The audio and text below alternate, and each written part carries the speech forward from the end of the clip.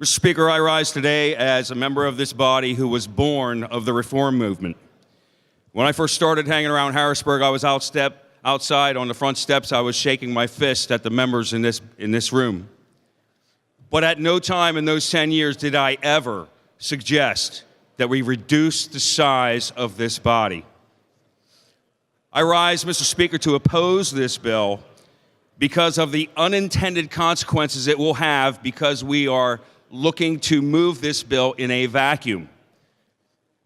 We have to ask, who will this bill, if finally adopted by the people, who will it empower? Or in my mind, it will empower the special interests and lobbyists. They'll be getting a 25% discount for access to this body. We'll be empowering local party bosses to groom and raise hand-picked successors in smoke-filled rooms.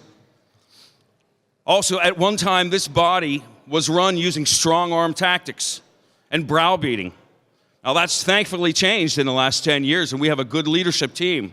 But fewer members would make it easier for some future leader to return to strong-arm tactics and bullying to make this body run. Let's talk about who this bill, if passed and adopted by the people, would disempower. It would disempower rural constituents. It'll make it less likely that a constituent will get to meet with their representative.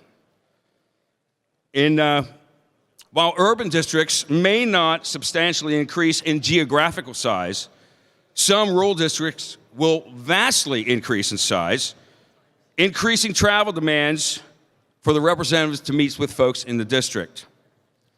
Let me talk about the numbers for a second. I've heard a couple people say that 203 is not a magic number. In fact, it was a mistake, and in fact, it was a mistake. It was a mapping mistake after the 1968 convention. 203, however, is a magic number. I will argue that 151 is not a magic number, nor is 400 the number of members of the New Hampshire House, nor is 99 the number of members of the Ohio House. But 203 is, in fact, a magic number. Not in the abstract, but in this situation, 203 is a magic number because it is the number of members we have now. It's important sometimes to have consistency. We can't do change just for the sake of change. I've also heard that this is a money-saving proposition, but truly,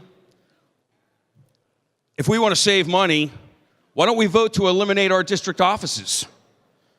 Why don't we vote to consolidate caucus operations or to merge our print shops together? That would really save money. Changing a number alone is not reform, Mr. Speaker. We're doing this in a vacuum. When you do it in a vacuum, you will have unintended consequences.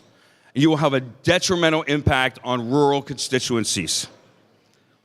Now, ultimately, I get it. The people will have the ultimate say on whether this is actually adopted as part of our Constitution. But it is our responsibility, Mr. Speaker, to give the people responsible proposals that are well thought out.